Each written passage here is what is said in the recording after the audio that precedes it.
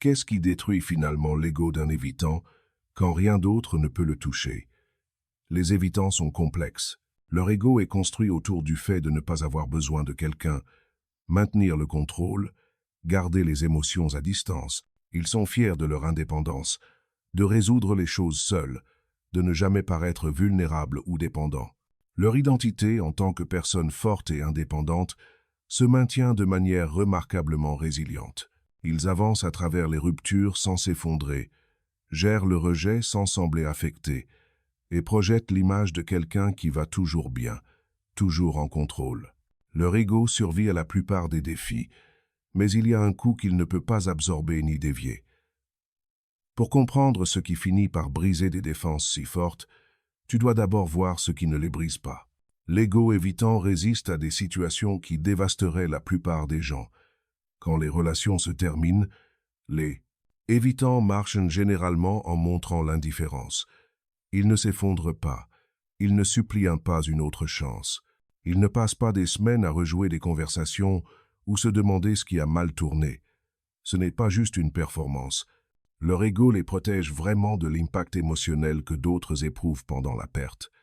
Ils avancent rapidement, parfois suspicieusement rapidement, car leur identité dépend de ne pas être déstabilisée par les événements émotionnels. La colère ne touche pas non plus l'ego évitant. Quand les partenaires explosent de frustration face à la distance émotionnelle ou au manque d'effort, les évitants restent calmes. Ils pourraient paraître légèrement ennuyés, mais intérieurement leur ego reste intact. La colère renforce en réalité leur image de soi. Elle confirme qu'ils sont la personne rationnelle, tandis que d'autres sont émotionnels et hors de contrôle. Chaque accusation d'être froid ou distant est classée comme preuve qu'ils sont plus évolués, plus capables de gérer les sentiments, plus matures que les gens qui perdent le contrôle sur les problèmes relationnels. Plus quelqu'un explose de colère, plus l'évitant se sent supérieur. Les larmes ne pénètrent pas beaucoup mieux leur défense. Quand les partenaires pleurent, quand ils expriment de la peine ou de la déception, les évitants ressentent souvent de l'inconfort, mais pas de déstabilisation. Leur ego interprète les expressions émotionnelles comme une faiblesse plutôt qu'une expression valide. Les larmes confirment leur récit que les autres sont trop sensibles, trop besogneux, trop dépendants de la validation externe. Ils pourraient ressentir de la culpabilité sur le moment, mais la culpabilité ne détruit pas l'ego. Elle s'y installe simplement temporairement avant d'être rationalisée. Ils se disent que la personne exagère, est dramatique, rend les choses plus grandes qu'elles ne doivent l'être. Ce récit interne maintient leur sens de la supériorité complètement intact. La confrontation à propos de leur schéma évitant ne réussit pas non plus à briser les défenses. Quand les partenaires abordent directement la distance, l'indisponibilité émotionnelle, le comportement tantôt chaud, tantôt froid, les évitants ont des réponses bien rodées. Ils nient que le schéma existe. Ils prétendent qu'ils sont juste occupés ou stressés. Ils redéfinissent leur retrait comme le besoin d'un espace sain plutôt que de fuir l'intimité. Ou ils inversent complètement le script et suggèrent que l'autre personne est trop collante, trop exigeante, trop focalisée sur la relation. Chacune de ces déviations protège leur ego de tout examen réel. Ils n'ont jamais à regarder leur schéma actuel parce qu'ils ont construit des explications qui maintiennent leur image de soi comme la personne raisonnable, indépendante, émotionnellement saine. Les poursuivre ne endommage pas, non, plus l'ego évitant. En fait, la poursuite le renforce. Quand quelqu'un les poursuit, essaie de combler la distance qu'ils ont créée, tente de se reconnecter après qu'ils se sont éloignés, cela valide tout ce que leur ego a besoin de croire. Ils sont désirables, ils sont précieux, ils valent l'effort. Quelqu'un qui lutte pour la relation prouve qu'ils sont le prix, la prise, la personne avec du pouvoir dans la dynamique. Chaque message demandant s'ils vont bien, chaque tentative de programmer du temps ensemble, chaque expression de les manquer s'alimente directement à leur structure d'ego. Ils restent la personne poursuivie plutôt que celle qui poursuit, et cette position se sent plus sûre, plus contrôlée, plus alignée avec qui ils croient être. Même être remplacé ne détruit pas nécessairement l'ego évitant comme tu pourrais l'attendre. Quand une ex-partenaire se met avec quelqu'un de nouveau, Les évitants répondent souvent par du détachement plutôt que par la dévastation. Ils se disent que la nouvelle personne est une régression, un rebond, quelqu'un qui n'est vraiment pas comparable, ou ils le présentent comme l'ex se contentant de quelqu'un de plus facile, moins exigeant, plus conventionnel. Leur ego trouve des façons de maintenir la supériorité, même dans les situations où la plupart des gens se sentiraient rejetés ou inadéquats. Ils se convainquent qu'ils vont mieux, que la relation les retenait de toute façon, qu'être seul est préférable à être avec quelqu'un qui ne peut pas gérer leurs besoins d'indépendance. La jalousie ne fonctionne pas non plus. Les tentatives pour rendre les évitants jaloux en mentionnant l'intérêt d'autres personnes ou en mettant en évidence les options échouent généralement. Au lieu de se sentir menacés ou motivés à s'améliorer, les évitants interprètent ces mouvements comme de la manipulation ou la preuve que l'autre personne est insécurisée.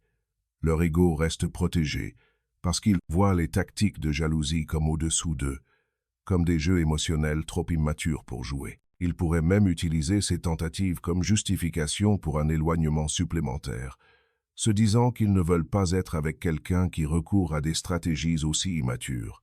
Alors, qu'est-ce qui détruit finalement l'ego d'un évitant, quand rien d'autre ne peut le toucher? La réponse est plus simple et plus dévastatrice que ce que la plupart des gens réalisent. Le coup final vient quand quelqu'un cesse de se soucier complètement. Pas la colère, pas les larmes, pas la confrontation ou la poursuite ou aucun investissement émotionnel du tout. L'indifférence complète.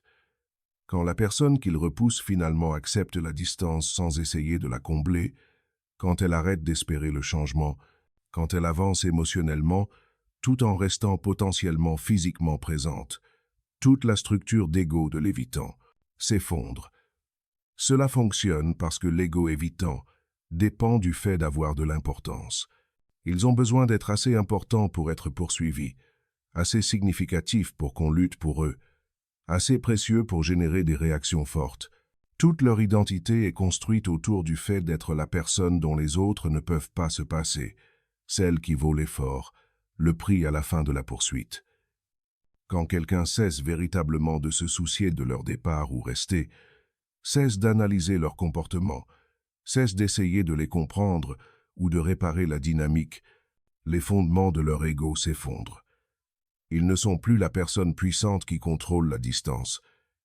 Ils sont juste quelqu'un qui a été laissé derrière émotionnellement. L'indifférence détruit l'ego évitant parce qu'elle élimine sa position de supériorité. Ils ne peuvent pas se sentir plus évolués que quelqu'un qui n'est pas émotionnel. Ils ne peuvent pas se sentir plus indépendants que quelqu'un qui ne poursuit pas. Ils ne peuvent pas se sentir plus précieux que quelqu'un qui ne voit pas de valeur à l'égard des prêts. L'absence de réaction les laisse sans rien contre quoi repousser, rien à dévier, rien à utiliser comme preuve de leur statut spécial. Ils deviennent ordinaires, oubliables, juste une autre personne avec qui quelqu'un a traîné et a dépassé sans impact significatif. Cet effondrement se produit par étapes. Au début, les évitants ne reconnaissent pas ce qui se passe. Ils sont tellement habitués à ce que les gens luttent pour la connexion que le retrait authentique ne s'enregistre pas comme réel. Ils supposent que c'est une stratégie, un refroidissement temporaire, une autre tentative pour attirer leur attention par la psychologie inversée. Ils pourraient même se sentir soulagés initialement, pensant qu'ils ont finalement l'espace qu'ils voulaient sans la culpabilité de le créer eux-mêmes. Mais alors que les jours se transforment en semaines et que l'indifférence continue, quelque chose change. La personne ne revient pas, elle ne prend pas de nouvelles, elle ne se demande pas comment va l'évitant, elle a véritablement avancé émotionnellement. L'évitant commence à remarquer de petites choses qui ne s'étaient pas enregistrées auparavant. La personne semble plus légère, moins chargée, plus présente dans sa propre vie. Elle fait des plans qui n'incluent pas l'évitant. Elle investit de l'énergie dans d'autres relations, d'autres intérêts, d'autres priorités. Elle n'est pas en colère, ni blessée, ni en attente que l'évitant change. Elle a simplement réorienté son attention ailleurs. Cette réalisation frappe différemment de tout ce que l'évitant a expérimenté dans les ruptures relationnelles précédentes. Ce n'est pas lui qui est parti. Ce n'est pas lui qui a maintenu la dignité et la composition tandis que quelqu'un d'autre s'effondrait. C'est lui qui a été laissé. derrière, et la personne qui l'a quitté ne semble pas du tout le manquer. L'ego évitant ne peut pas absorber cette réalité sans se briser. Toute son image de soi dépend du fait d'aller bien seul, de ne pas avoir besoin de quelqu'un, d'être au-dessus du désordre de la dépendance émotionnelle. Mais quand quelqu'un d'autre va clairement bien sans lui, même mieux sans lui, cela expose une vérité qu'il a évitée sa vie entière. Son indépendance n'était pas une force, c'était une protection. Sa distance émotionnelle n'était pas une évolution, c'était de la peur. Sa supériorité n'était pas réelle. C'était une défense contre le fait de se sentir ordinaire, indésirable, jetable. L'indifférence de quelqu'un qui lui importait autrefois le force à affronter ce dont il a fui pendant des années. Il a repoussé quelque chose de précieux, et la personne qui l'a repoussé s'est rétablie et a prospéré sans lui. C'est quand les schémas évitants commencent à s'effondrer de manière qui surprend tout le monde, y compris les évitants eux-mêmes. Ils pourraient prendre contact après des mois de silence, non pas avec leurs vérifications habituelles et détachées, mais avec une vulnérabilité authentique. Ils pourraient reconnaître leur schéma pour la première fois, admettant qu'ils ont créé de la distance, qu'ils ont rendu les choses difficiles, qu'ils comprennent pourquoi la personne est partie. Certains évitants éprouvent ce qui ressemble à du regret véritablement authentique, pas juste la culpabilité légère qu'ils ont ressentie avant, mais une reconnaissance profonde de ce qu'ils ont perdu et comment leur propre comportement a causé la perte. D'autres entrent en spirale d'autocritique, voyant soudainement toute leur histoire relationnelle à travers une nouvelle lentille, où ils ne sont pas le héros qui a maintenu les limites, mais la personne qui a détruit tout ce bon qui s'est présenté à eux. Le timing de cet effondrement varie. Certains évitants le ressentent immédiatement quand ils sentent de l'indifférence véritablement authentique. D'autres ne reconnaissent pas ce qui se passe jusqu'à des mois plus tard, quand ils réalisent que la personne n'est jamais revenue, ne s'est jamais manifestée, n'a jamais montré aucun signe d'importance qu'il existe ou non. Mais peu importe quand cela frappe, l'impact est le même. Son ego, qui a survécu à la colère et aux larmes, et à la confrontation et à la poursuite, ne peut pas survivre à être traité comme irrélevant. Il peut gérer le fait d'être le méchant dans l'histoire de quelqu'un, il peut gérer le fait d'avoir blessé quelqu'un ou déçu quelqu'un. Ce qu'il ne peut pas gérer, c'est d'être personne dans l'histoire de quelqu'un, juste un chapitre qui s'est terminé sans beaucoup de significance ou d'impact durable. Cela ne signifie pas que les évitants se transforment soudainement en personnes sécurisées et émotionnellement disponibles. L'effondrement de l'ego ne répare pas automatiquement les schémas évitants. Beaucoup d'évitants expérimentent ce coup, ressentent la dévastation, reconnaissent leur rôle dans la perte et ne changent toujours pas leur approche fondamentale des relations. Ils pourraient prendre contact dans un moment de vulnérabilité, mais une fois qu'ils reçoivent une réponse qui suggère que la personne tient toujours à eux, leurs défenses se reconstruisent rapidement. L'ego trouve du nouveau terrain pour se tenir. Ils rationalisent l'indifférence comme temporaire, se convainquent que la personne n'a jamais été la bonne pour eux de toute façon, ou simplement passent à quelqu'un de nouveau où ils peuvent recommencer les mêmes schémas avec leur ego intact. Certains évitants réagissent à l'effondrement de l'ego en devenant pires au lieu de mieux. Le coup à leur image de soi déclenche tellement d'inconfort profond qu'ils doublent la distance émotionnelle. Ils deviennent encore plus évitants dans les relations futures, construisant des murs plus hauts qu'avant. Ils se disent qu'ils ne laisseront jamais quelqu'un leur importer autant, qu'ils ne se mettront jamais dans une position où l'indifférence de quelqu'un pourrait les blesser. La vulnérabilité qu'ils ont ressentie quand leur ego s'est effondré devient quelque chose qu'ils jurent de ne jamais vivre à nouveau, ce qui ne fait que renforcer les mêmes schémas qui ont créé le problème en premier lieu. Mais pour un pourcentage plus petit d'évitants, cet effondrement de l'ego devient un tournant. La dévastation brise leur défense suffisamment pour examiner véritablement leur schéma honnêtement. Ils commencent à voir comment ils ont répété le même cycle dans plusieurs relations. Ils reconnaissent comment leur besoin de se sentir supérieur et indépendant leur a coûté une connexion véritablement authentique. Ils comprennent que leur ego ne les protégeait pas de la douleur Il garantissait qu'ils éprouveraient cette douleur spécifique éventuellement. Ces évitants pourraient chercher une thérapie, pourraient travailler sur leur schéma d'attachement, pourraient vraiment faire l'effort de développer une disponibilité émotionnelle et une vulnérabilité. L'effondrement de leur ego devient la fissure qui permet à une véritable croissance de commencer. Ce qui rend l'indifférence si puissante, c'est qu'elle ne peut pas être argumentée ou déviée. La colère donne aux évitants quelque chose contre lequel se défendre. Les larmes leur donnent quelque chose à rationaliser. La poursuite leur donne quelque chose par rapport à lequel se sentir supérieur. Mais l'indifférence ne leur donne rien. Il n'y a pas d'interaction à contrôler, pas d'émotion à gérer, pas de dynamique à manipuler. La personne a simplement avancé émotionnellement, et ce changement interne est complètement en dehors de l'influence de l'évitant. Il ne peut pas se charmer le chemin du retour. Il ne peut pas expliquer son comportement. Il ne peut pas recréer la dynamique où il a du pouvoir.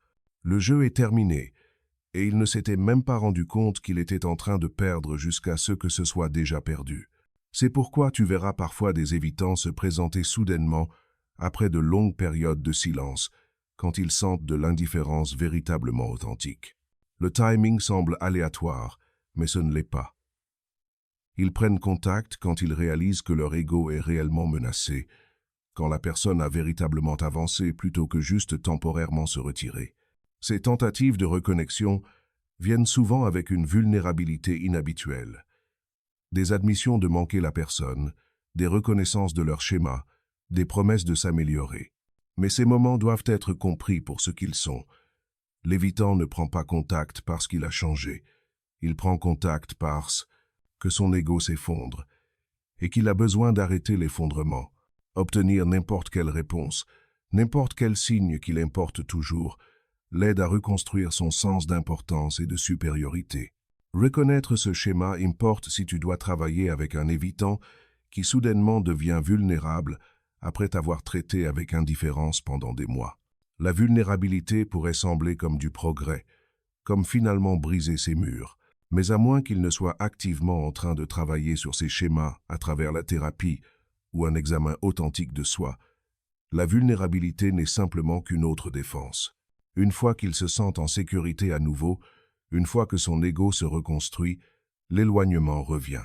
Il avait besoin de toi pour arrêter l'effondrement de son ego, pas parce qu'il veut véritablement la connexion ou qu'il est capable de la maintenir de façon régulière.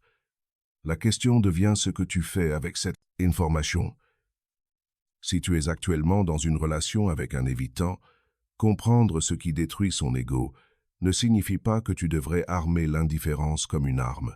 Créer du désintérêt faux pour manipuler l'effondrement de son ego n'est simplement qu'un autre jeu, et les jeux ne construisent pas des relations saines. L'indifférence véritablement authentique n'est pas une stratégie, c'est ce qui se produit quand tu arrêtes vraiment d'investir émotionnellement parce que la relation n'est pas satisfaisant tes besoins. C'est le résultat naturel de te protéger toi-même plutôt qu'un mouvement calculé pour le blesser. Si tu as déjà quitté et que l'évitant expérimente l'effondrement de l'ego, regarder sa lutte pourrait apporter une satisfaction temporaire, mais cela ne défait pas les mois ou les années de distance émotionnelle que tu as expérimentées.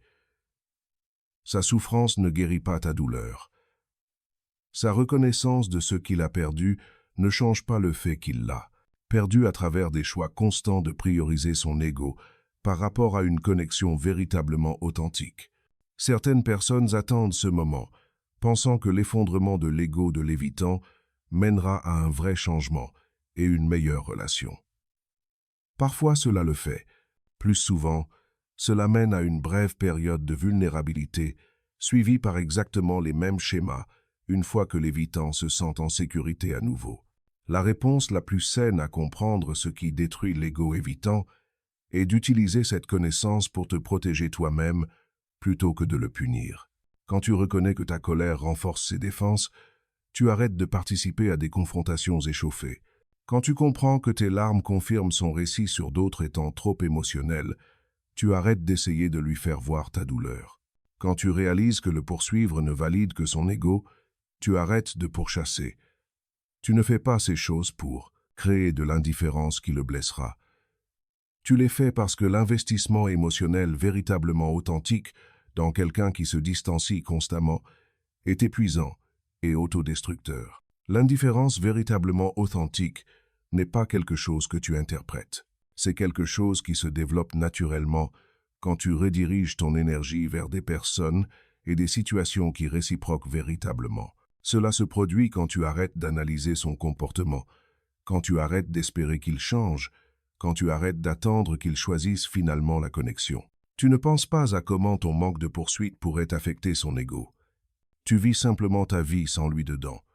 Et ce changement du retrait intentionnel vers le désintérêt véritablement authentique, c'est ce qui affecte réellement l'ego évitant. Ils peuvent sentir la différence entre quelqu'un qui joue à des jeux et quelqu'un qui a véritablement avancé. Pour les évitants regardant cela et reconnaissant ces schémas en eux-mêmes, l'effondrement de l'ego que tu pourrais ressentir en ce moment est inconfortable, mais c'est aussi de l'information. Toute ton identité a été construite autour du fait de ne pas avoir besoin de quelqu'un, maintenir le contrôle, maintenir la distance émotionnelle. Quand cette identité est challengée par l'indifférence véritablement authentique de quelqu'un, l'inconfort que tu ressens te montre réellement où la croissance doit se produire. Ton ego n'est pas ton ennemi, mais il t'a protégé de la vulnérabilité d'une façon qui empêche aussi la connexion véritablement authentique. L'effondrement n'a pas à te détruire. Il peut te rediriger vers examiner vraiment ces schémas et décider si la protection vaut le coup. Comprendre que l'indifférence détruit l'ego évitant explique aussi pourquoi certains évitants deviennent obsédés par les ex-partenaires qui ont complètement avancé, tandis qu'ils montrent peu d'intérêt pour les partenaires qui sont toujours investis. Celles qui ont avancé menaçant leur ego d'une façon que les partenaires actuels ne le font pas. Celles qui ne se soucient plus véritablement représentent des affaires inachevées où l'évitant n'a pas pu contrôler la fin ou maintenir sa position de supériorité. Cette obsession n'est pas de l'amour ou du désir véritablement authentique de reconnexion. C'est l'ego essayant de se réparer lui-même en prouvant qu'il peut toujours importer à quelqu'un qui a cessé de se soucier. Le coup final qui détruit l'ego de l'évitant n'est pas dramatique. Il n'y a pas de grande confrontation, pas de révélation dévastatrice, pas de moment climactérique où tout s'effondre. C'est tranquille. C'est quelqu'un simplement vivant sa vie sans l'évitant dedans. C'est l'absence de poursuite, le manque d'investissement émotionnel, la réorientation complète de l'énergie ailleurs. Les évitants passent leur histoires entières de relations à être ceux qui partent, ceux qui n'ont pas besoin, ceux qui restent composés tandis que d'autres s'effondrent. Quand quelqu'un les quitte émotionnellement sans le drame, sans la douleur, sans regarder en arrière, cela brise quelque chose dans son image de soi que la colère et les larmes et la confrontation ne pourraient jamais. Il n'est plus la personne puissante, il est juste quelqu'un qui a été laissé derrière, et la personne qui l'a quitté va bien sans lui. Si tu t'es retrouvé dans ce contenu, que tu sois en train de traiter un évitant ou de reconnaître ces schémas en toi-même, laisse un commentaire en partageant ton expérience. As-tu vu cet effondrement de l'ego se produire? As-tu été la personne dont l'indifférence a finalement brisé les défenses? Ou es-tu un évitant reconnaissant comment ce schéma s'est déroulé dans tes relations? Votre perspective aide les autres à comprendre qu'ils ne sont pas seuls en naviguant ces dynamiques. Si ce contenu t'a donné de la clarté sur ce qui s'est passé dans ta relation, mets un like et abonne-toi pour plus de contenu sur les schémas d'attachement et les dynamiques relationnelles. Merci d'avoir regardé.